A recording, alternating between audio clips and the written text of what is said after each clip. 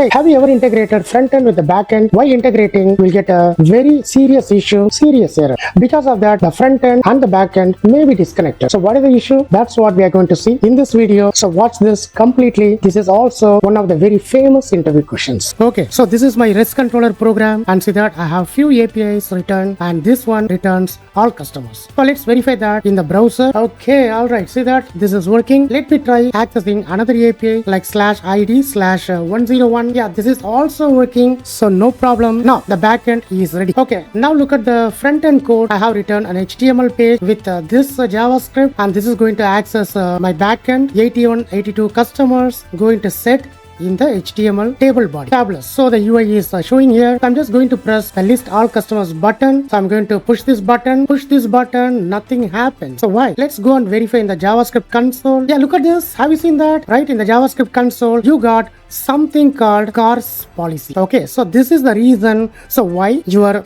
front end is unable to communicate with the back end. So what is CORS? Let's try to understand that. CORS stands for Cross Origin Resource Sharing.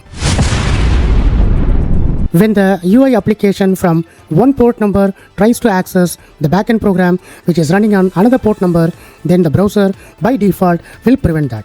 Okay, so that means I have to modify my Spring Boot program, my REST API server, to allow the UI to access the application. Okay, so Spring Boot provides a beautiful annotation called cross origin. That's what I'm going to include in my Spring Boot program. So let me open my Spring Boot program and just look at it. So just below the REST controller annotation, I'm going to add this annotation. So cross origin, and save it.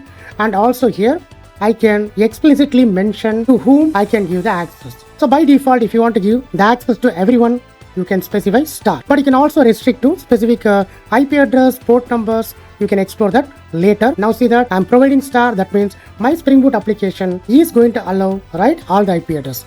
After making the changes, let me restart the application. Okay, after making the changes, I'm just going to push the button in the UI. Okay, fantastic. See that? Now the integration happens seamlessly, and now you don't see the CORS problem in the JavaScript console. So this is one of the very, very famous interview questions asked in every interview. So CORS.